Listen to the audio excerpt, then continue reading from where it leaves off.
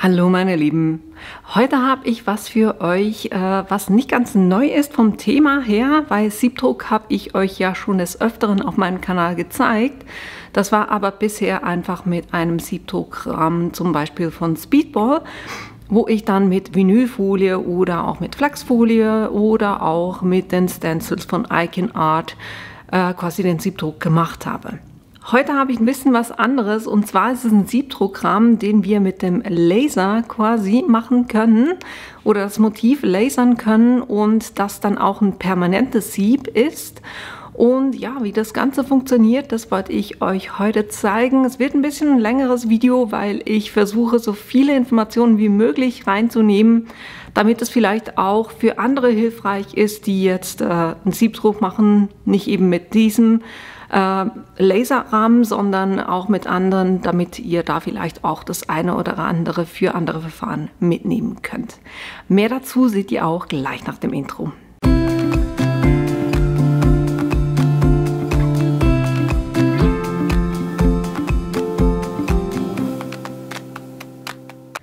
Ich habe von Xtool das Deluxe Bundle bekommen. Ich zeige euch dann auch, was da alles mit dabei ist. Aber wie immer, mir wurde nicht gesagt, was ich sagen muss, oder die haben auch das Video nicht gekriegt, damit sie das irgendwie reviewen können, sondern das ist meine Meinung zu der ganzen Sache, so wie immer, und ich sage euch auch wie immer, wenn mir irgendetwas daran nicht gefällt. Wir gucken mal zuerst, was da alles mitgeliefert wurde. Die Station selber wurde eigentlich, also da muss ich gar nicht viel machen.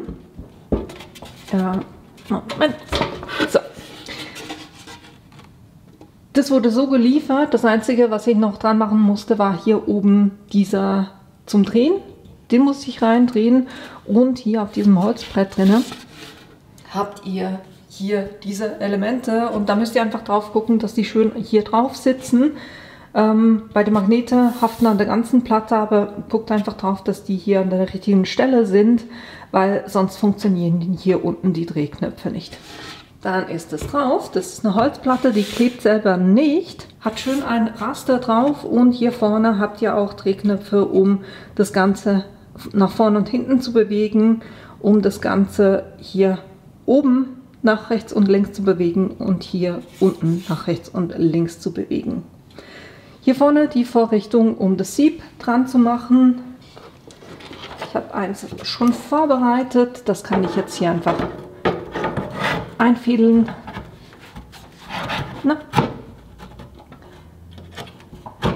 So, einfädeln, hier festmachen, und dann haben wir hier wunderbar auch die ganze Vorrichtung mit dem Sieb. Und das Ganze könnt ihr natürlich auch in der Höhe verstellen, je nachdem, was da drunter liegt. Einfach hier halten, damit das nicht hochspringt, weil da ist eine Federung drin. Dann hier hinten drehen, und dann könnt ihr das, je nachdem, wo ihr das braucht, eben hoch oder runter machen und dann wieder festschrauben. Das ganz kurz zur Station, da kommen wir natürlich nachher noch weiter dazu. Gucken wir uns hier drüben an, was da ist.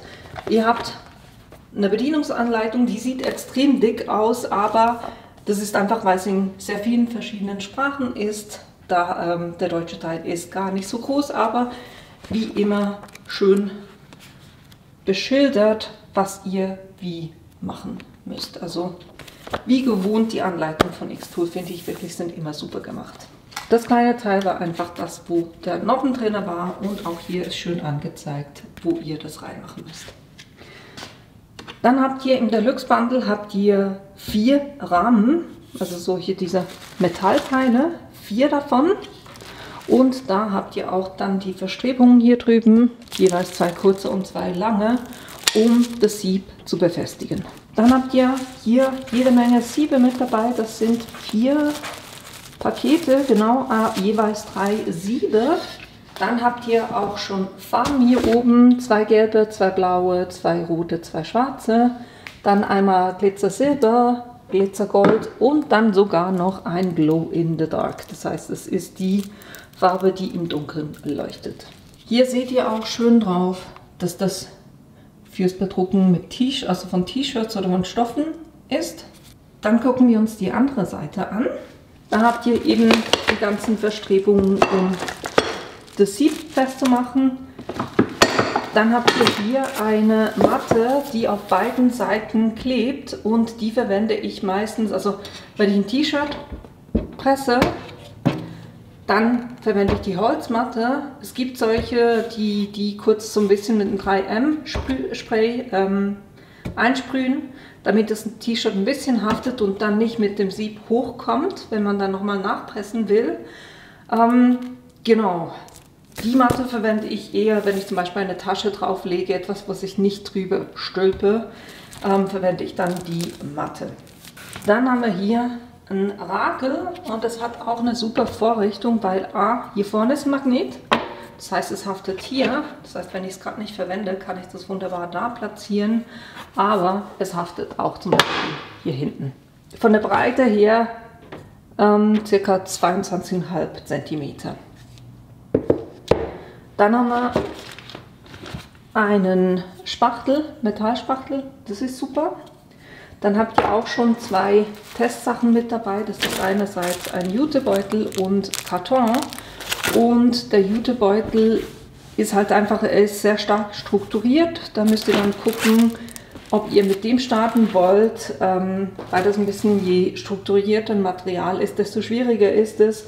Könnt ihr dann ein bisschen gucken, ob ihr mit dem starten wollt oder ihr vielleicht einfach ein Stück Stoff nehmt und das damit austestet. Dann haben wir hier noch was Spezielles und zwar haben wir zwei Metallschienen. Eine ist für den D1 Pro Laser, das ist der offene und das hier ist für den S1. Ich verwende den nicht, zeige euch nachher auch, warum ich den nicht verwende. Und da hat es auch Schrauben mit dabei, plus eine kleine Anleitung zu dieser Fixierung. Aber eben da kommen wir nachher noch dazu. Jetzt das ganze Verfahren, wie funktioniert das? Ich habe ganz einfach ein Sieb, was schon beschichtet ist. Das ist natürlich super, weil dieser ganze Beschichtungsprozess dauert echt und da braucht ihr auch bestimmte Tools dazu, damit das auch dann funktioniert, damit ihr es aushärten könnt, damit ihr es belichten könnt und so weiter und so fort. Von dem her kein einfacher Prozess, ein normales Sieb zu beschichten mit dieser Emulsion. Und hier haben wir eben schon vorbeschichtete Screens oder Siebe und das ist nicht wie bei den anderen Sieben, die ich bis jetzt verwendet habe, sondern da ist natürlich ein Metallfaden drin, damit ich das dann eben auch lasern kann. Und was ich mit dem Laser mache, ist dann quasi einfach das Material da wegzunehmen, wo dann Farbe durch muss. Und ihr habt vorhin auch gesehen, also wir lasern das von der Rückseite, ne? Von der Seite wird es gelasert und deshalb muss ich etwas auch immer spiegeln, weil sonst, wenn ich das dann versuche wieder einzuspannen, wäre das dann seitenverkehrt. Und ich sage euch kurz auch noch ein bisschen was vom Platzieren her. Ihr seht, ich habe es auch noch dann auf den Kopf gedreht, weil normalerweise, wenn ich ein T-Shirt einspanne, dann habe ich hier oben den Ausschnitt und deshalb macht es Sinn, wenn ich etwas also auf den Kopf drehe, damit das dann auf dem T-Shirt auch richtig drauf ist. Dann gucke ich persönlich immer drauf, dass ich hier oben, beim T-Shirt gucken wir ja, dass wir vom Kragen her ungefähr 4 Fingerbreiten runtergehen. Deshalb habe ich hier auch geguckt, dass ich hier genug Platz habe. Und dann unten gucke ich auch immer, dass ich genug Platz habe, um hier erstmal die Farbe hinzumachen und von daher die Farbe hochziehen zu können. Plus auch oben, ich würde so auch, wenn ich eine Tasche bedrucke, hier oben immer ein bisschen Platz lassen, weil was ich mache ist, also ihr könnt, es gibt solche, die machen Push, also die stoßen und es gibt andere, die ziehen, also Push oder Pull. Ich mache immer Pull, für mich geht das viel einfacher, das heißt, ich ziehe immer in diese Richtung dann mit dem Druck. Und ja, dann kann ich hier am Ende eine Schwenkbewegung machen, habe die Farbe hier auf dem Rakel drauf und kann hier unten wieder drauf machen und das Sieb neu fluten. Deshalb lasse ich hier oben auch immer ein bisschen Platz. Von der Breite her, ihr seht, das Rakel ist weniger breit als die Fläche, die wir hier zur Verfügung haben. Da könnt ihr natürlich auch andere Rakel kaufen, die ein bisschen breiter sind, weil was wir eigentlich versuchen, ist, dass wir hier nur einmal drüber gehen. Weil wenn ich ein kleineres Rakel habe als mein Motiv und ich hier zum Beispiel das ziehe, dann werde ich, auch wenn ich da nochmal drüber ziehe, dann werde ich hier einen Strich quasi sehen, dass da die Farbe quasi weggeschoben wurde. Von dem her versuchen wir eigentlich immer, das Design nicht breiter zu machen als das Rakel, was wir haben, damit wir das in einmal ziehen können. Von der Technik her erkläre ich es nachher noch ein bisschen besser, aber einfach hier, wenn ihr breiter gehen wollt als die 22,5 cm, dann würde ich eher gucken, dass ihr noch ein größeres Rakel dazu kauft. Jetzt, warum braucht ihr mehrere Rahmen? Also ihr könnt natürlich die Rahmen immer wieder neu beziehen.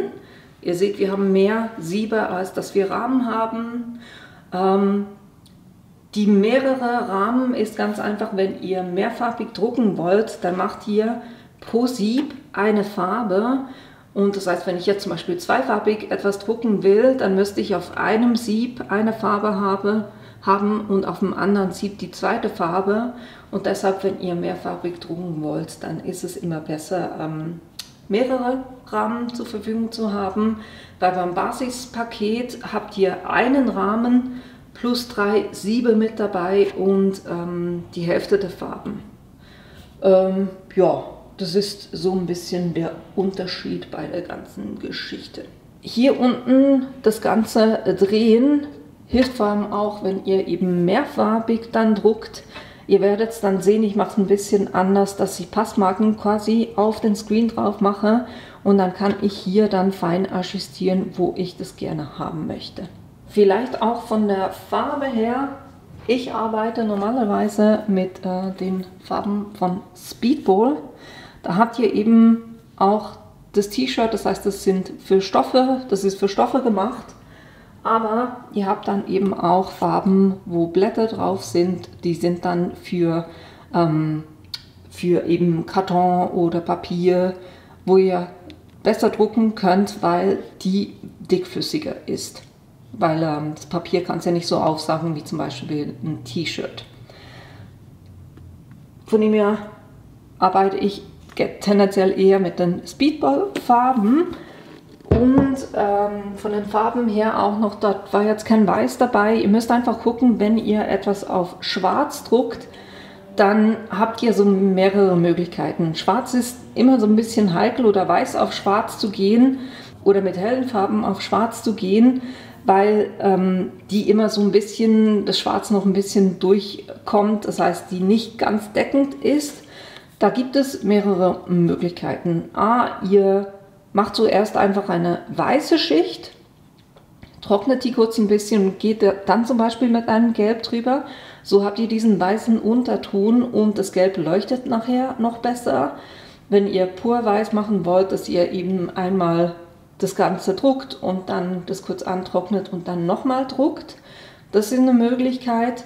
Oder, was ich sehr gerne mache, es gibt von Speedball auch diese Opaque Farbe. Und die hat wesentlich mehr Farbpigmente drin und deckt somit auch besser. Mit der bin ich wirklich super zufrieden. Von den Farben her könnt ihr natürlich auch Farben mischen. Die müsst ihr dann einfach in einen zusätzlichen Behälter machen, den ihr dann auch wieder verschließen könnt, weil alles, was ihr quasi auf dem Sieb drauf habt, aber nicht verwendet, solange ihr nicht hier Farben drauf mischt, sondern es immer noch die Originalfarbe ist, mit der ihr arbeitet, könnt ihr relativ viel Farbe drauf machen, dann das Ganze drucken und wenn ihr fertig seid damit, also nicht mehr noch weiter drucken wollt, dann könnt ihr die Farbe vom Rakel runternehmen und wieder zurück ins Töpfchen machen, also da ist nichts verloren. Und wenn ihr dann eben eine Farbe gemischt habt, dann könnt ihr natürlich die dann einfach in ein separates Töpfchen machen, wo ihr die gemischte Farbe habt. Ihr könnt auch zum Beispiel, wenn ihr sagt, ich will so einen Gradient-Effekt haben, dass ihr hier mit der dunkleren, dann mit der mittleren, mit der hellen Farbe irgendwas macht, dann habt ihr halt einfach 3 Farben auf dem Screen und die könnt ihr dann nicht wieder in die Originaltöpfchen zurückmachen. Da müsst ihr dann einfach gucken, ja, ob ihr damit noch was anfangen könnt, wenn die Farben dann gemischt sind. weil wenn ich die runterziehe, habe ich dann hier einen ganzen Tropf an Farbe und ja, müsst ihr dann einfach gucken, ob das noch eine schöne neue Farbe ergibt, dann könnt ihr die auch wieder in ein separates Töpfchen machen und die weiterverwenden.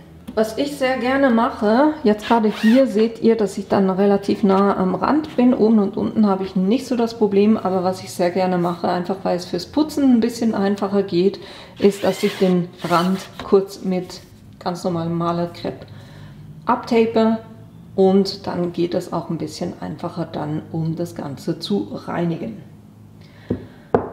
Reinigung ist auch noch ein Thema.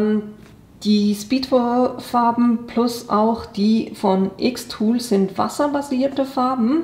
Das heißt, die tragen dann auf dem Stoff auch nicht so stark auf und lassen sich einfacher aus dem Sieb dann rauswaschen, weil sie eben wasserbasiert sind, aber sie trocknen auch schneller. Das heißt, ich würde immer, eigentlich egal mit welcher Farbe ich arbeite, wenn ihr einen Druck macht und dann hochhebt, guckt, passt es. Wenn es noch nicht passt, könnt ihr nochmal runtergehen, nochmal drucken, weil ihr seid durch diese Vorrichtung immer an derselben Stelle. Wenn es dann gut ist, könnt ihr es runternehmen, das nächste drauf machen und in der Zeit, wo ich das runternehme und das nächste drauf mache, kann diese Farbe schon anfangen anzutrocknen und deshalb flute ich die immer. Also das Siebfluten heißt einfach, ich mache eine Farbschicht drauf, drücke die aber nicht durch, sondern da liegt dann einfach eine Farbschicht drauf und dadurch trocknet euch die Farbe im Sieb dann auch weniger aus. Und da gibt es eben die wasserbasierten Farben, die trocknen ein bisschen schneller aus und dann gibt es auch noch, ich kann mir das Wort nie merken, genau, Kugel hatte die Antwort, das ist Plastisol Ink. Die ist ein bisschen dicker, trägt ein bisschen mehr auf dem Stoff auf und lässt sich auch nicht so einfach vom Sieb runterwaschen, aber sie trocknet euch weniger schnell auch auf dem Sieb ein. Wie gesagt, ich arbeite eigentlich seit 4 Jahren mit wasserbasierten Ink und bin super zufrieden damit. Die von Xtool habe ich bis jetzt noch nicht ausprobiert, die werde ich dann heute gleich mit euch zusammen ausprobieren. Vom Netz her oder vom Mesh her haben wir hier ein 100er Mesh. Das gibt verschiedene Siebdrucknetze oder ja, Siebe, die gehen von 100, ich glaube es gibt sogar noch was unter 100, aber ich bin nicht ganz sicher. Auf jeden Fall, das ist ein 100er und das geht dann bei den anderen Sieben jeweils hoch bis, glaube ich, 240.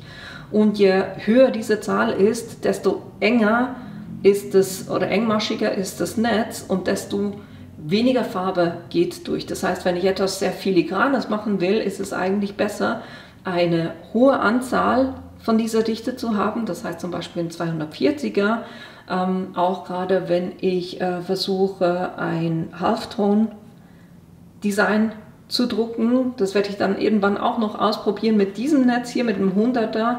Dann sehen wir dann, wie es aussieht, aber das kann ich nicht heute auch noch reinnehmen, sonst wird das wirklich zu lange. Aber nur zum Sagen, das ist ein 100er Netz, das heißt, hier geht auch ein bisschen mehr Farbe durch, wenn ich drucke, als zum Beispiel bei einem 240er Netz. Von Xtool gibt es nur das 100er. Was ich irgendwo gelesen habe, ist, dass es aber noch kleinere Screens dann geben wird, das heißt kleinere Rahmen. Das ist, glaube ich, alles, was ich jetzt schon mal zum Start sagen wollte. Jetzt gucken wir uns mal an, wie ihr so einen Screen befestigen könnt oder das Sieb am Rahmen befestigen könnt. Ich würde die Siebe übrigens auch so aufbewahren, dass die nicht jetzt irgendwie an der Sonne liegen, sondern die dürfen gerne so ein bisschen in einem dunkleren Raum sein. So, das Sieb oder der Rahmen hier oben ist das, wo wir es festmachen. Das heißt, ihr dreht das hier einfach mal um und dann guckt ihr einfach, dass alles geöffnet ist. Das heißt, die beiden unteren gucken nach außen, die gucken nach außen und die gucken nach außen. Das heißt, ihr habt 6 von diesen Hebeln, die sollten alle offen sein. Dann haben wir hier das Netz, da ist ein Karton dahinter, den wir nachher noch abnehmen müssen oder wegnehmen müssen. Und den passen wir jetzt einfach so ein, dass der hier reingeht oder reinpasst. Ihr seht jetzt auch, ihr werdet ein bisschen Spiel haben. Das ist dann auch wichtig für das mehrfarbige Drucken, warum ich eben die Lösung mache, die ich verwende und nicht mit der Vorrichtung von Xtool arbeite. Aber jetzt brauchen wir hier die Verstrebungen, das heißt 2 kurze, die kommen oben und unten und dann 2 lange, die kommen auf den Seiten. Und was ich immer mache, ist entweder zuerst oben und unten oder zuerst auf den Seiten. Ich fange in der Regel auf den Seiten an. Dann ist es so, na, ihr seht hier das Profil von dem Ganzen und auf der Seite, auf der linken Seite, guckt das hier nach außen, wenn hier die Rundung ist. Dann gebt ihr das so ins Sieb rein und kippt es nachher so runter. Da müsst ihr dem Sieb so ein bisschen helfen, dass ihr da runterkommt. Dann geht hier runter und dann drücke ich das hier gerade runter. Selber auf der anderen Seite, der Flügel geht nach außen. Das heißt, auch hier presse ich das hier in die Schiene rein und dann raus. Wenn er nicht ganz runter geht, das heißt aufsteht, müsst ihr hier kontrollieren. Ihr habt hier, kommt von oben runter auch Metall. Das kann sein, dass es da aufliegt. Hier wirklich, da müsst ihr ein bisschen nach unten schieben, dann lässt es sich auch ganz runterklappen. Da machen wir oben und unten dasselbe. Auch hier die Lasche geht nach unten weg. Drücke ich das hier so ein bisschen rein und klappe es nach unten weg. Ich habe heute die Tendenz, das immer schön auf diese Metallteile drauf zu machen. Genau. Und oben geht die Lasche auch nach oben weg. Und jetzt, bevor ihr hier die Hebel anzieht, dreht ihr das Ganze um. Geht natürlich einfacher, wenn nicht eine Kamera im Weg steht. Und jetzt könnt ihr das Karton hier runterlösen. Das ist jetzt eins, das besser geht. Es gibt teilweise haften die echt heftig an dem Ding dran. Ich bewahre die dann auch gleich auf, weil dann kann ich die zum Beispiel in eine Tasche reinmachen, wenn ich die bedrucke, damit das dann nicht auf die Innenseite durch oder auf die andere Seite der Tasche durchpresst, kann man das wunderbar wiederverwenden. Jetzt haben wir hier eben so ein bisschen Kleberückstände. Ich schiebe das jeweils kurz ein bisschen runter. Das ist einer der Punkte, den ich nicht so gut finde. Also wäre ich froh, wenn es ein bisschen eine bessere Lösung gibt, weil der Kleber ist schon echt arg, der da drauf ist. So, und dann können wir das Ganze wieder umdrehen. Und erst jetzt ziehen wir fest, das heißt, ich mache das zuerst hier unten. Dadurch wird jetzt der Screen festgezurrt.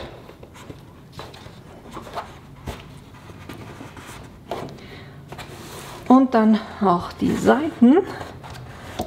Kamera veräppelt mich mal wieder. Ich weiß nicht, wo aufgehört hat zu filmen, aber na, ich habe jetzt einfach überall diese Laschen festgezogen.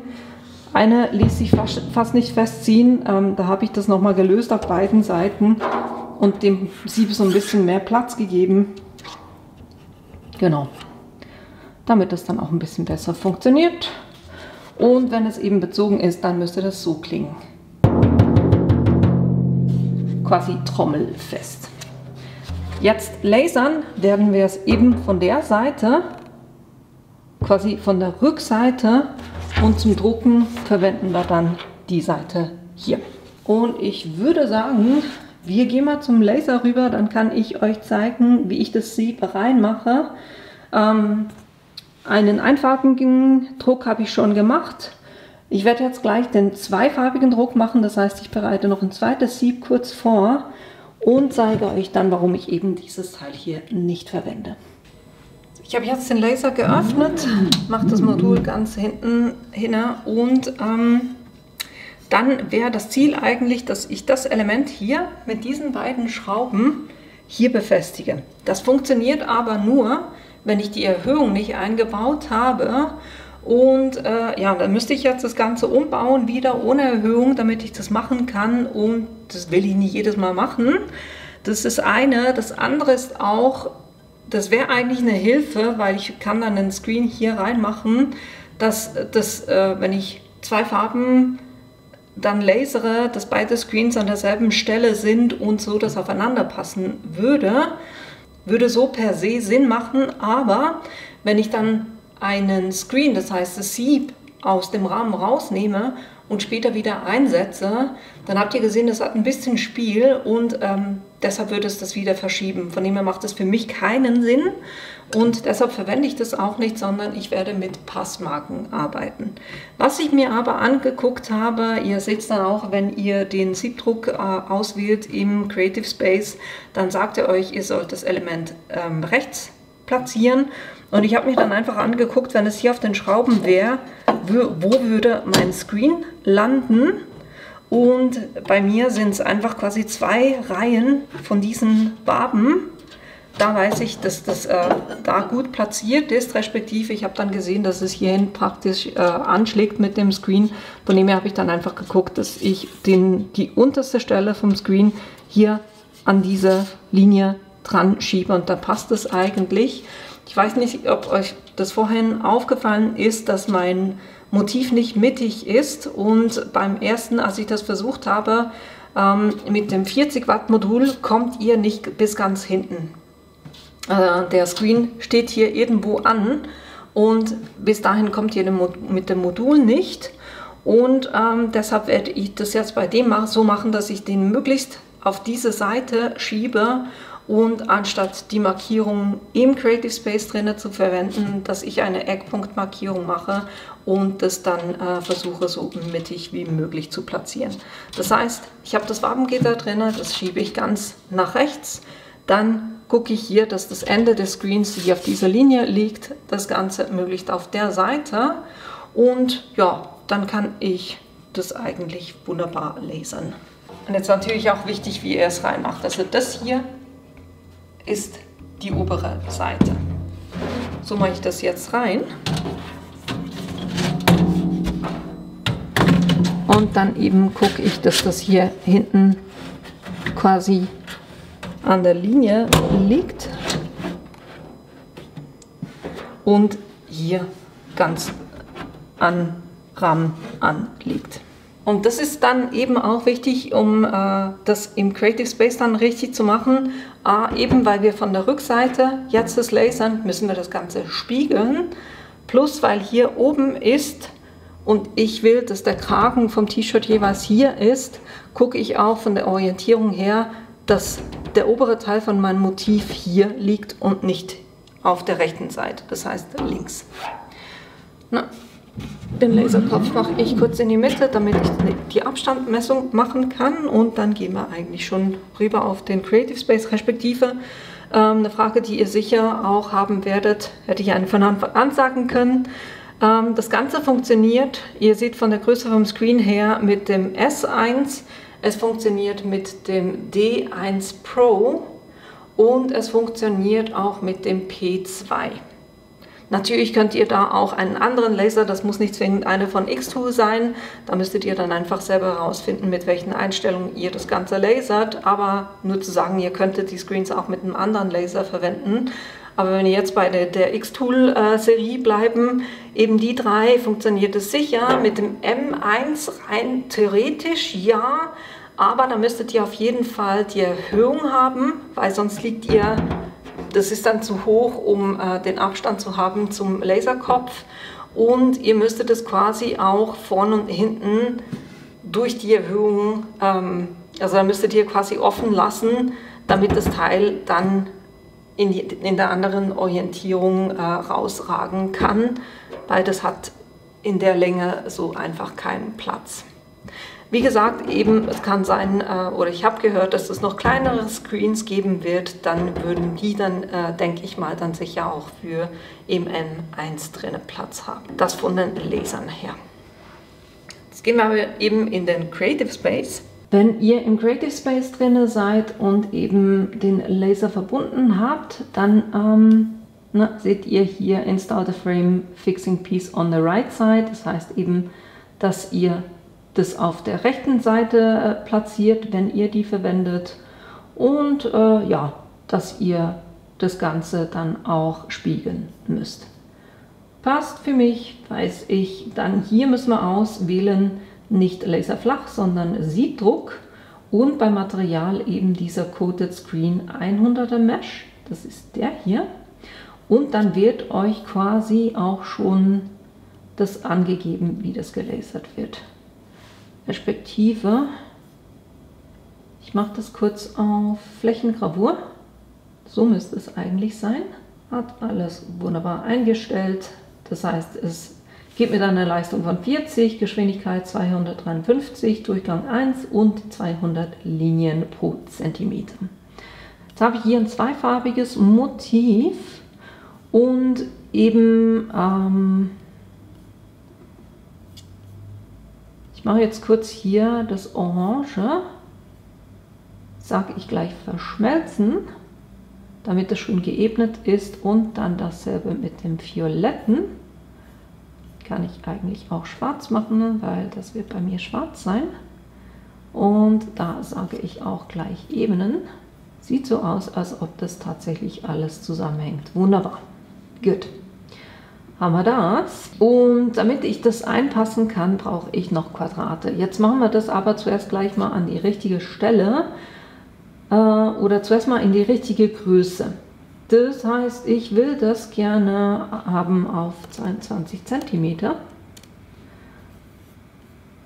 Dann hätte ich das gerne gespiegelt, und zwar horizontal. Und dann hätte ich das gerne, weil ihr erinnert euch, auf der linken Seite ist jetzt quasi da, wo der T-Shirt-Kragen ist. Und deshalb gehe ich hier auf minus 90 Grad. Dann stimmt das hier eigentlich auch schon. So.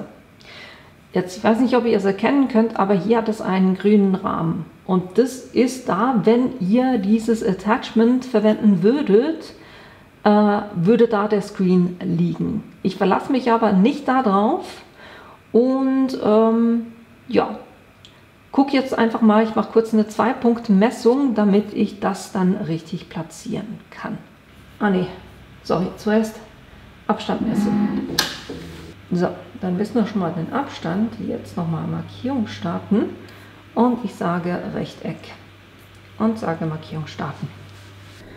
Dann versuche ich hier möglichst weit nach hinten zu gehen.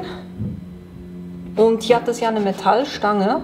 Ich weiß nicht, ob ihr die Erhöhung so ein bisschen seht. Jetzt eine Metallstange, das heißt, ich gehe davor und sehe jetzt hier, das sind das sind rund 2,5 cm, wo ich nicht nach hinten komme. Das heißt, es wird mein erster Punkt sein. Und dann gucke ich hier auch, dass er vor der Metallstange ist und auch diese 2,5 cm von da weg. Ne, 2,5 cm vom Ende des Siebes. Hier in dem Bereich muss ich landen. Das heißt, hier an den Rahmen und dann von der Höhe her 2,5 cm. So, das ist der zweite Punkt. Dann kann ich sagen, Markierung beenden, erledigt. Und dann sehe ich, wo genau hier die Markierung ist, also wo ich mein Sieb habe. Und da ich gerne oben vom Kragen her haben wir ja 4 Fingerbreiten, die ich in der Regel nicht verwende. Oder, also ich messe einen Abstand von 4 Fingerbreiten in der Regel, das sind so in ungefähr 7 cm. Das heißt, ich mache mir einfach kurz ein Rechteck, was 7 cm ist,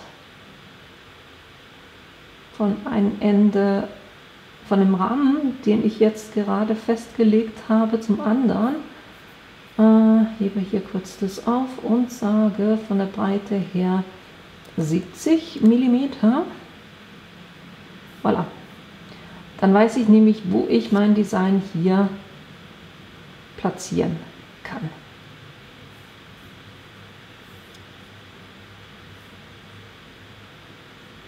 Das heißt, hier an dieser Linie dran. Und ich kann dann immer noch beide kurz markieren. und sagen ausmitten. Und zwar vertikal ausrichten. So. Dann liegt es in der Mitte von meinem Rahmen. Und das Graue hier oben ist eben das, wenn ihr ein 20 Watt Modul habt, dann habt ihr das nicht, dann kommt ihr hier weiter hoch. Mit dem 40 Watt Modul fehlt uns hier so einen ganzen Happen Platz. Aber wenn ich das jetzt lasere, sollte es eigentlich in der Mitte von meinem Screen sein. Jetzt gibt es ja noch ein bisschen mehr, und zwar brauche ich jetzt noch, kurz dieses Rechteck will ich kurz löschen. Na, hier ist das? Ja, löschen. Und was ich jetzt brauche, sind kleine Passmarken. Ihr könnt es in Form von Dreiecken machen, Vierecken. Ich bin es gewohnt, mit Vierecken zu arbeiten. Und das heißt, ich mache hier so ein bisschen außerhalb, mache ich ein Viereck. Braucht nicht riesig zu sein, das kann gut hier mal 1 cm mal 1 cm. Schlüssel wir schließen, und das gebe ich aber eine separate Ebene, weil das werde ich einmal mit dem Orangen und einmal mit dem Schwarzen lasern. Und davon brauche ich jetzt 4 Stück, das heißt Command C, Command V, dann gebe ich eins hier so ein bisschen weiter unten hin, dann nochmal Command V auf der anderen Seite, versuche so möglichst weg vom Design zu sein, und dann nochmal Command V und noch in die 4. Ecke. War jetzt nicht das, was ich machen wollte, sondern einfach nur das Ding packen und verschieben. Genau.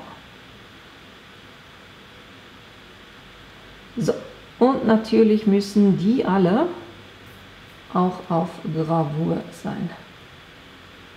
Und weil die 3 Sachen jetzt auf separaten Ebenen liegen, kann ich jetzt sagen, ich mache zuerst das Schwarz auf einen Screen mit den roten Feldern, dann blende ich das wieder aus und mache das Orange auf einen Screen auch wieder mit den roten Feldern, und die dienen mir dann als Passmarken. Jetzt habe ich hier unten nichts, das ist natürlich nicht verloren, ich kann da immer noch ein anderes Design quasi in die andere Richtung machen, oder wenn ich Taschen bedrucken will, also das kann ich hier unten immer noch für was anderes nutzen, aber damit es nicht so lang dauert, dachte ich, ich mache jetzt eher was Kleines und zeige es euch. Das heißt, zuerst mache ich jetzt den schwarzen Screen, das heißt, das Orange setze ich hier auf Ignorieren und kann das auch ausblenden. Dann sehen wir, dass nur die roten plus das schwarze, dass das gelasert wird. Das heißt, bearbeiten und starten.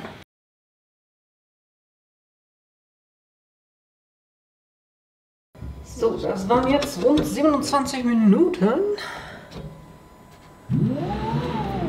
Ich habe gemerkt, dass tatsächlich Vierecke ein bisschen groß sind. Das einen halben Zentimeter hätte da durchaus gereicht. Und ich bin hier oben ein bisschen nah am i dran, aber kriegen wir hin. Also ich hätte das gut noch weiter oben nach oben setzen können.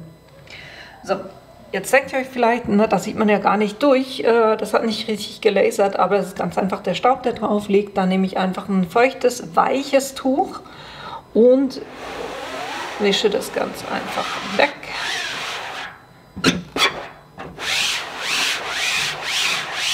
Erst von der einen Seite, und das mache ich dann von der anderen Seite auch noch, und dann seht ihr, dass das hier einfach dieser blaue Staub war.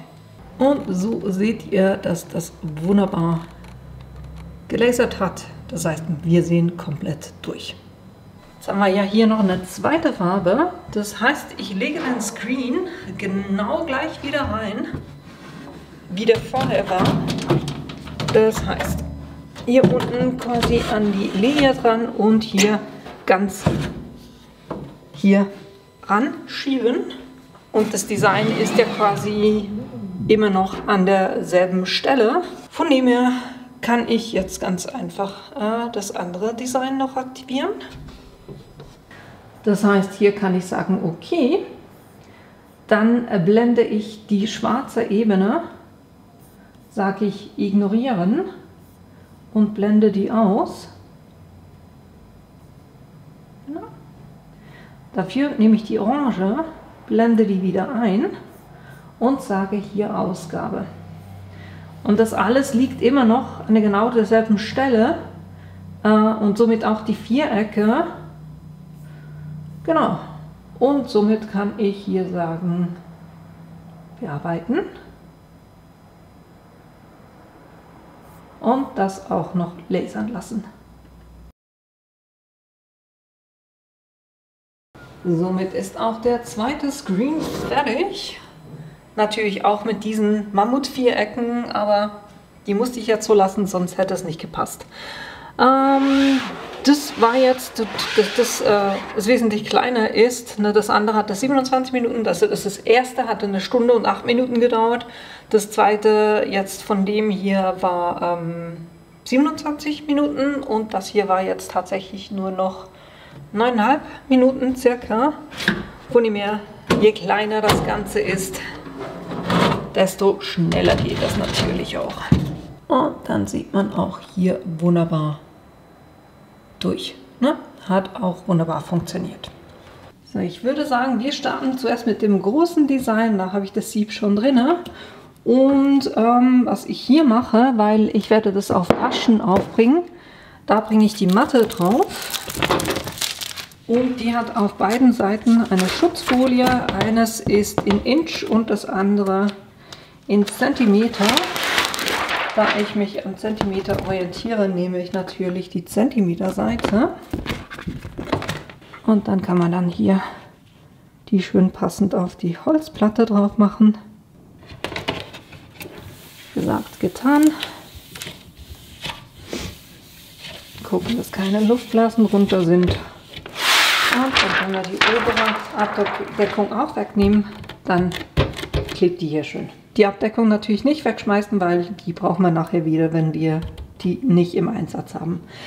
Was ich jetzt auch noch mache, ist, damit ich nachher ein bisschen einfacher habe, um das Sieb zu reinigen, ist ganz einfach die Kanten kurz abzukleben.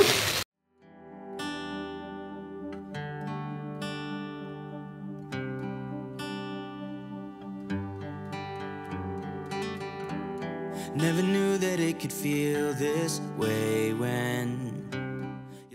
Dann habe ich es so gemacht, weil bei mir das Design ja nicht ganz in der Mitte war, dass ich das Ganze, weil hier mehr Platz hatte als auf der Seite, habe ich geguckt, dass das bisschen mehr nach da drüben geht. Das heißt, bei mir liegt es jetzt nicht ganz mittig.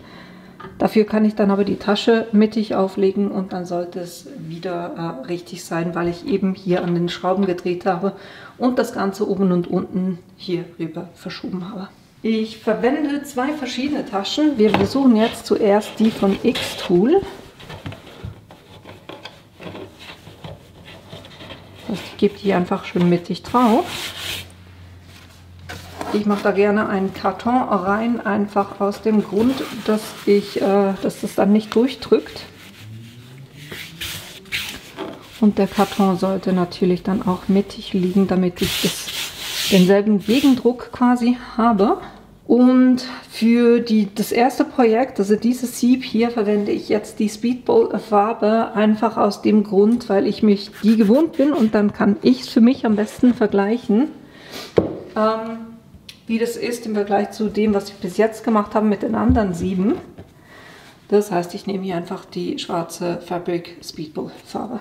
Ich trage gerne Handschuhe, einfach aus dem Grund, weil ich weiß, dass ich dann sonst die Farbe überall hin verschmiere oder meine Finger aussehen, ja, als hätte ich einen Malkurs gehabt.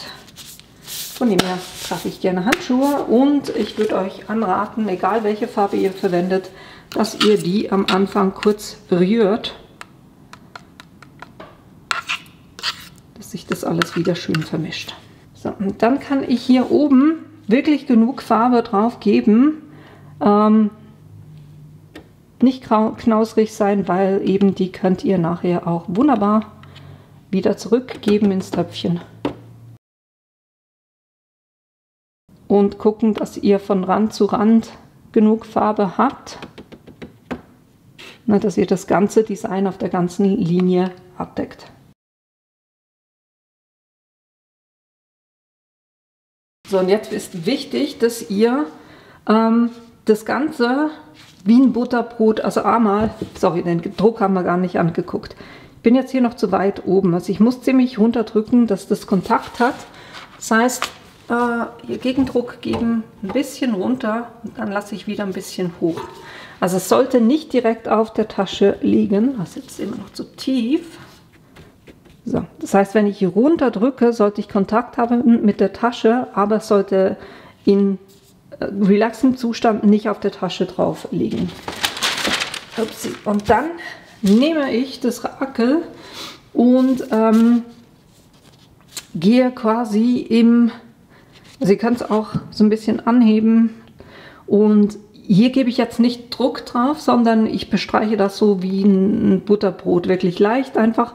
Das Hochziehen, die Farbe auch nicht hin und her oder rechts, links, sondern einfach die Farbe hochziehen, damit das ganze Design bedeckt ist. Ihr könnt auch zweimal, aber mehr würde ich nicht. Das heißt, ich konzentriere mich kurz hier auf die Seite und ziehe einfach die Farbe hoch, damit das ganze Sieb bedeckt ist. Und dann mache ich das hier drüben auch noch. Und jetzt ist überall Farbe drauf. Und erst jetzt gehe ich runter mit dem Screen und dann im 45 Grad Winkel mit beiden Händen das komplette Design abdeckend runterziehen und dann eine Hebelwirkung machen, damit ihr hier die Farbe wieder aufnehmen könnt und das noch ein zweites Mal drucken könnt. Ganzes Design abdecken, runterdrücken und ziehen. Und das mache ich auch noch kurz ein zweites. Ja, ich bin irgendwie nicht mittig. Braucht definitiv ein dickeres Rakel. Halte hier die Tasche ein bisschen fest, damit die nicht mit hochkommt. Nee. Hier auf der Seite ist nicht gut und da auch nicht. Das heißt, das drucke ich nochmal. Nehme hier kurz die Farbe auf, die ich noch habe.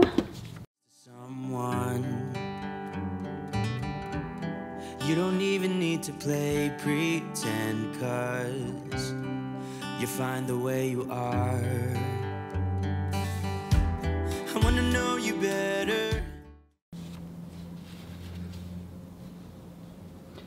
Jo, ich würde sagen, das passt doch. Meine Handschuhe ausziehen, weil ich da schon Farbe dran habe.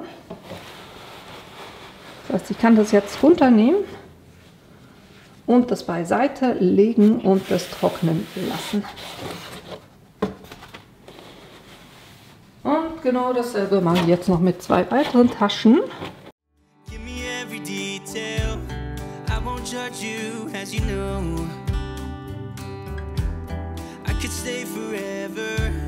When you're lying in my arms. My heart is open. It just took some time. Now I just hope that. Und ich weiß gar nicht, ob ich das erwähnt habe, aber ich habe natürlich alle Taschen, also immer wenn ich irgendetwas Siebdruck mache, gehe ich da zuerst mit der Hitzepresse drauf, um die Restfeuchtigkeit rauszunehmen und die Falten rauszunehmen. Stay for a little while. You fix what's broken when you make that smile. So just stay for a little while. Und was ich jetzt nicht gemacht habe, weil ich relativ schnell arbeite, dass ich den zwischendurch immer wieder geflutet habe, währenddessen ich die Tasche wegnehme, weil ich arbeite hier halt einfach relativ schnell. Von dem her war das so nicht notwendig, aber ich denke mal, es ist keine schlechte Angewohnheit, wenn man das einfach macht. Und ich habe jetzt einfach überall vom Rakel weg, vom Screen noch die Farbe, die überschüssige Farbe weggenommen.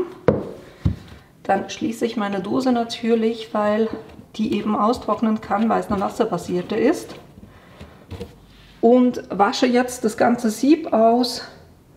Ja, und meine Hände. Und bin dann bei euch zurück und dann machen wir noch das zweite mit dem T-Shirt. Ich habe das ausgewaschen und erwartet nicht, ne, dass das nachher immer noch aussieht, wenn ihr das verwendet, wie aus Mai gepellt. Es ist ein Arbeitsmittel und ja, irgendwann könnt ihr das dann ersetzen, weil der Gummi nutzt sich ja auch ab mit der Zeit. Das heißt, irgendwann muss der dann erneuert werden. Aber ne, es darf ruhig so aussehen, als ob es verwendet wurde. Sagen wir es mal so. Ich habe das Sieb ganz einfach auf einen Stapel Zeitungen gelegt und ja, lasse das jetzt quasi trocknen wieder, wo es sauber ist. Und ich würde sagen, wir gehen jetzt ins T-Shirt oder zum zweifarbigen T-Shirt über. Dazu decke ich die hier wieder ab oder nehme die weg. Oder decke sie ab und nehme sie weg. So rum.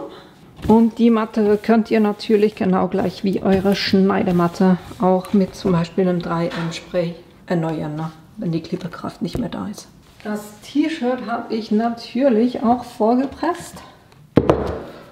Und da wäre es gut, wenn man keine schwarzen Finger hätte, wenn man jetzt damit arbeitet. Und das kann ich jetzt eben wunderbar. Respektive, ich muss wieder zurückgehen in die Mitte. Und das ist eben das Schöne, dass es unten frei ist. So können wir das T-Shirt wunderbar hier drüber ziehen.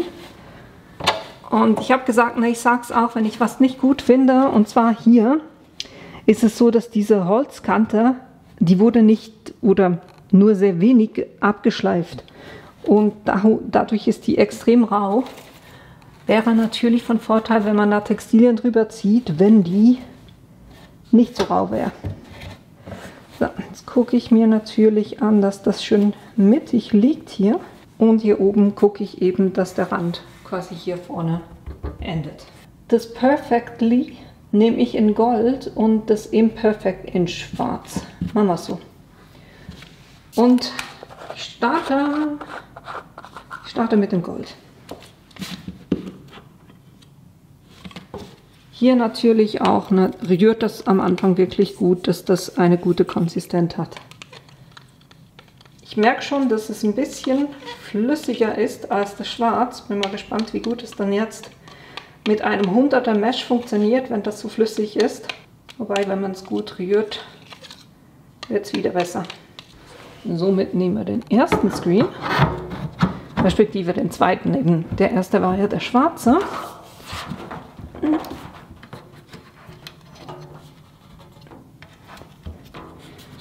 So, ist die Höhe wunderbar. Und damit hier nachher ich das andere Sieb passend draufbringen kann, brauche ich jetzt diese Ecken. Und da lege ich die einfach so drunter, dass ich sehe, dass das hier wunderbar drunter liegt, trotzdem aber nirgendwo mit dem Design in den Weg kommt. Wunderbar. Und dann kann ich die kurz festmachen. Ich mache das einfach mit ein bisschen Painter's Tape oder Malerkrepp.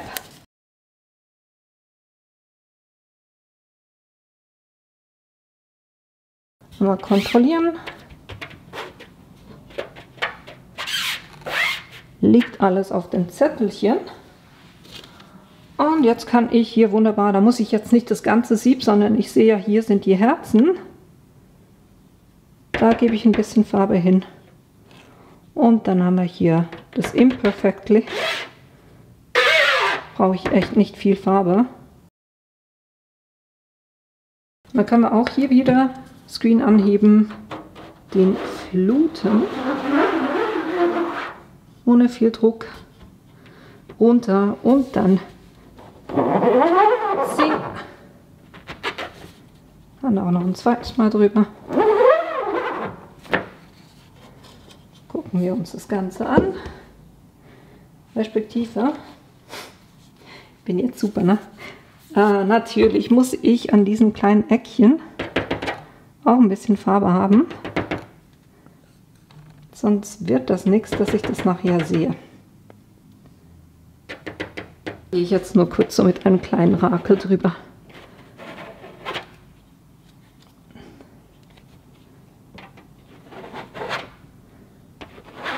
So, jetzt gucken wir uns das Ganze an. Hammer. Gut, wunderbar. Dann können wir hier die überstehende Farbe auch abziehen und wieder zurück ins Töpfchen machen. Und in der Zeit, wo jetzt das Shirt hier kurz trocknen kann, wasche ich das Sieb aus und ja, wenn ich dann zurück bin, dann ist das wunderbar trocken hier. Das müsste einigermaßen trocken sein. Das heißt, wir können das zweite Sieb nehmen. Die Orientierung wäre nicht schlecht.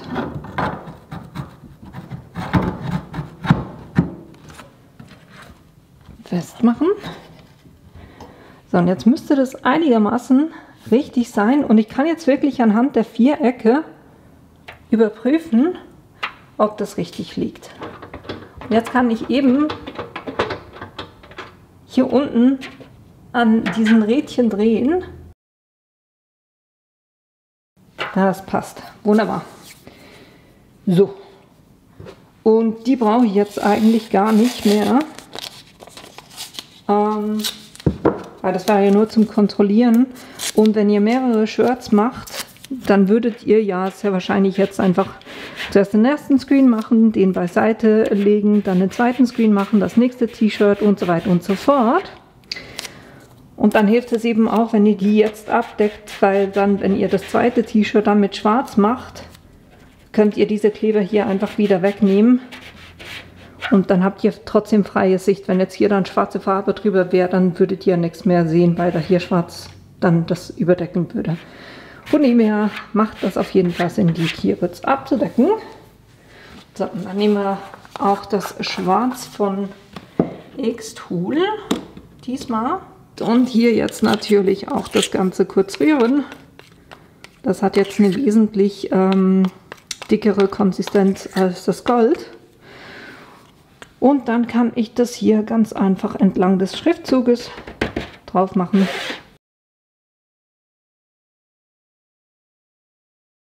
Dann können wir hier das Ganze fluten.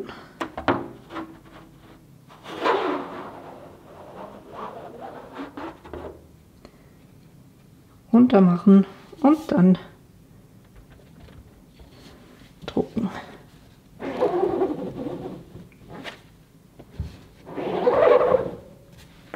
Gucken wir kurz, wie das aussieht. Das ist sehr intelligent. Man könnte hier durchaus das Kärtchen wegnehmen. Wie gesagt, wenn ihr das macht, macht diese Vierecke weiter weg von den Buchstaben, dann funktioniert das auch ein bisschen besser.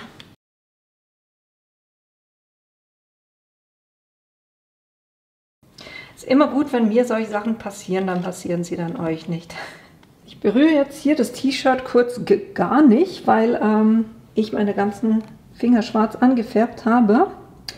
Aber ich wasche jetzt hier den Screen auch aus, lasse das hier kurz trocknen und dann können wir die ganzen 4 Sachen, die ich jetzt bedruckt habe, noch befestigen oder das noch pressen, damit es dann wirklich auch waschecht ist. Jetzt müssen wir das Ganze ja noch versiegeln und da lege ich einfach ein Wachstumpapier drauf. Drunter habe ich die Hitzematte und ich habe die Cricut Heat Press auf 150 Grad bei 45 Sekunden eingestellt und das mache ich ganz ehrlich gesagt zweimal, weil das erste Mal mache ich so ein bisschen, damit die Feuchtigkeit rauskommt und dann noch ein zweites Mal. Und das mache ich eben beim T-Shirt wie auch bei den 3 Taschen. So, und so kann das dann, ich will 24 Stunden warten und dann kann das auch in die Waschmaschine und sollte drauf halten. So, dann gucken wir uns das noch ein bisschen genauer an. Nur damit ihr seht, einmal natürlich das Gold finde ich wirklich, ist wirklich ein schönes Gold. Und zwischen diesen beiden Herzen hier hat es eine Linie und die ist so dermaßen dünn und trotzdem hat es die sauber abgebildet. Also mich überzeugt das Resultat definitiv. Bei den Taschen war es ein bisschen Anwenderfehler. Also ein bisschen, es ist Anwenderfehler, sagen wir es mal so. Hier zum Beispiel das, wo ich gesagt habe, guckt, dass das Rakelbreit gleich breit ist wie das Motiv, damit ihr einmal drüber gehen könnt. Mal gucken, ob ihr das seht beim D. Ne? Oder auch hier oben. Ich habe durchgehend einen Strich drauf und das ist eben genau da, wo ich einmal drüber bin und dann, oder quasi einmal so drüber bin und dann versetzt nochmal so drüber. Und deshalb sieht man dann hier einfach diesen Strich. Es hat ein paar Stellen, zum Beispiel, ja, ne, war ich nicht ganz sauber, aber wirklich, das ist Anwenderfehler. Wenn es sauber wird, dann bekommt ihr hier wirklich auch schöne Kanten hin. Und eben könnt ein Design nach dem nächsten oder eine Tasche nach dem nächsten drucken. Das Problem wird dann irgendwann mehr der Platz um euch herum, damit ihr die Taschen zum Trocknen noch irgendwo auf den Boden legen könnt und da noch Platz habt. Ne? Aber ich finde es halt mega cool, solche Sachen einfach mal auf die Schnelle zu drucken. Weil jetzt habe ich ja das Sieb. Dauert natürlich eine Weile, das Sieb überhaupt zu erstellen. Aber das ganze Fazit gucken wir uns jetzt an, weil ich habe noch 3 Punkte, wo ich sage, da könnte es noch Verbesserungen geben. Kommen wir noch zum Fazit. Einmal das Positive, ich finde es wirklich Hammer. Die ganze Station hier, dass ich das mit diesen Drehkurbeln anpassen kann, dass ich das Sieb heben kann, das da stehen lassen kann, wieder runter machen, dass ich die Höhe verstellbar ist, dass ich das T-Shirt drunter machen kann, also drüber stülpen quasi kann. Alles wirklich super. Selbst auch die Zeit. Ich habe gesagt, das erste Sieb war eins, wo ich 1 Stunde und 8 Minuten dran hatte. Aber wenn ihr bei so einem Sieb das quasi professionell aufarbeitet, das braucht echt auch seine Zeit. Von dem her glaube ich nicht, dass ihr da wesentlich schneller seid und ihr könnt jetzt dieses Sieb immer und immer wieder verwenden. Xtool sagt da, glaube ich, bis zu 100 Mal. Und ich denke, da sind sie sicher, haben sie sich auf der sicheren Seite gehalten. Von dem her, ja, könnt ihr das wirklich super immer wieder verwenden. Für mich super, wenn ich von einem Element mehrere mache, wie zum Beispiel die Taschen. Ne? Wenn ich mir jetzt vorstelle, irgendwie hier 20 Taschen mit einem Motiv, super Sache, weil der Aufwand für mich ist dann jeweils auch das Ganze wieder auszuwaschen und überall die Farbe wegzukriegen. Von dem her, da jetzt nur ein einziges Motiv zu machen und das Ganze dann wieder auswaschen. Aber ich liebe halt den Effekt, den die Siebdruckfarbe hat, dass das in die Fasern reingeht und nicht auf dem T-Shirt aufliegt. Finde ich halt extrem cool. Und eben nach 24 Stunden könnt ihr das auch in die Waschmaschine machen. Und selbst wenn sich irgendwann über die Jahre die Farbe anfängt auszuwaschen, dann habt ihr so einen Effekt, also bei der Folie ist es ja so, dass die wie anfängt sich loszulösen oder abzublättern oder zu reißen.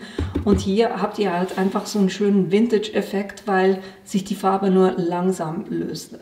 Ja, also ne, deshalb liebe ich halt den Siebdruck so sehr, weil ich das mag, wie es sich anfühlt, wenn man eben Sachen damit druckt.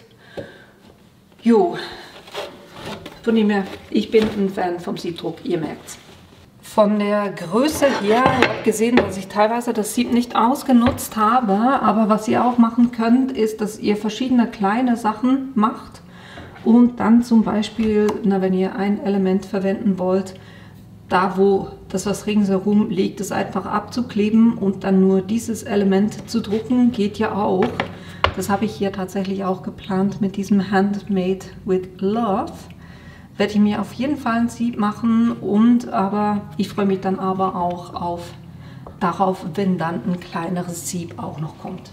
Ein weiterer Punkt, das hier mit der Erhöhung, dass das nur geht, wenn ich die Erhöhung abmontiere. Da wäre es super, wenn es da eine Lösung geben würde, dass ich das trotz Erhöhung auch festmachen könnte. Ich habe tatsächlich auch schon gesehen, dass einige da angefangen haben mit 3D-Druckern sich selber solche Elemente zu machen, die dann eben drüber gestülpt werden können, damit es auch mit der Erhöhung funktioniert. Von dem her wäre ich froh, wenn es da noch eine andere Lösung geben würde. Dann eine Kleinigkeit, wirklich nur eine Kleinigkeit, ich weiß, jammern auf hohem Niveau, aber da wir hier über dieses Brett zum Beispiel T-Shirts drüber stülpen, wäre es gut, wenn diese Ränder abgeschleift werden oder versiegelt werden. Die sind echt richtig rau und ich habe es gemerkt, dass ich das T-Shirt runtergezogen habe, dass das hier schon geknistert hat. Also von dem her wäre das super, wenn dieses Brettchen abgeschleift und versiegelt wäre auf der Seite. Sehr wahrscheinlich werde ich dasselbe dann noch machen, damit ich hier einen schönen Abschluss auch habe. Aber ansonsten wirklich super eben, dass da sogar das Raster drauf ist, dass ich hier schön die Anzeige habe, mit was bewegt sich in welche Richtung. Wirklich Hammer. Und dann kommen wir noch zu einem ganz kleinen Anliegen. Wenn irgendjemand von Xtool zuhört, ich hätte eine Bitte. Und zwar ist es so, dass wir ja, wenn wir jetzt nicht permanente Sachen machen wollen, sondern nur so einmalige Sachen, arbeitet man ja gerne mit Vinylfolie als Sieb quasi und macht die auf ein Speedball-Sieb. Und ich habe hier einfach so eine Vorrichtung, wo ich hier das reinmachen kann und so quasi das Sieb eben auch heben kann und wieder schließen kann. Also solche Klemmen, wo man das dann einfach reinspannt und dann das auch hält quasi. Und es wäre extrem cool, wenn ich jetzt nicht zwei Vorrichtungen brauchen würde, sondern wenn es hier wie quasi eine Erweiterung geben würde, die hier reingeht, aber das hier umklammert und quasi so in irgendeinem Stil, wo ich einen Bolzen habe, der das dann einklemmt, weil dieses Speedball-Ram, denke mal, die sind wirklich gut im Gebrauch und ich kann hier eben auch ein Sieb drauf machen und dann mit Vinylfolie arbeiten, wenn ich nur ein Motiv machen will und das nicht permanent haben will, und ich kann das Sieb auch austauschen. Von dem her sind diese Rahmen wirklich super und für mich wäre das wirklich Hammer, wenn ich das auch hier irgendwie festmachen könnte. Das wäre wirklich der Hammer, weil dann könnte ich das hier entsorgen und hätte genau nur dieses Element hier und könnte das mit beiden Arten von Sieben verwenden, weil die Vorrichtung finde ich wirklich Hammer. Ja, das wäre so mein Weihnachtsmundschutz oder so, wenn man hier noch eine Erweiterung hätte, eine kleine Extension, um solche Rahmen hier auch befestigen zu können. Na, einfach, wenn ich so eine Bitte anbringen dürfte. Genau, ja, ich habe echt noch viele Ideen. Ihr habt gesehen, da gab es eine Glow in the Dark. Ich habe selber zum Beispiel auch noch eine Puff, also so eine Mixtur, die man in die Farbe reinmachen kann, damit es dann diesen Puff-Effekt hat, also diesen Aufschäum-Effekt hat. Ich will es eben noch ausprobieren, wie das funktioniert mit einem Halftone-Motiv, ob das funktioniert mit einem 100er Mesh. Da werden auf jeden Fall noch viele Videos von mir kommen, weil ich finde es per se wirklich, ja, Hammer. Ich denke mal, es wird sich jetzt, also es lohnt sich nicht, wenn ihr keinen Laser habt, diese Vorrichtung dann zu kaufen. Würde dann schon Sinn machen, wenn ihr einen Laser habt, aber eben für die, die einen haben, finde ich das wirklich eine coole Erweiterung, um sein Gebiet eben auch noch so ein bisschen weiter auszubreiten. Das war das, was ich euch heute zeigen wollte. Wie gesagt, ich hatte wirklich echt Spaß damit und kann das wirklich auch weiterempfehlen. Und ich habe wirklich versucht, all mein Wissen so ein bisschen reinzupacken und euch hier Tipps und Tricks mit auf den Weg zu geben, die quasi meine Erfahrungen sind. Jo, hoffe, das hat geholfen, dass ihr da selber auch Lust habt, sowas auszuprobieren. Und dass euch das Video gefallen hat natürlich und ich euch in einem meiner nächsten Videos wiedersehe. Bis bald!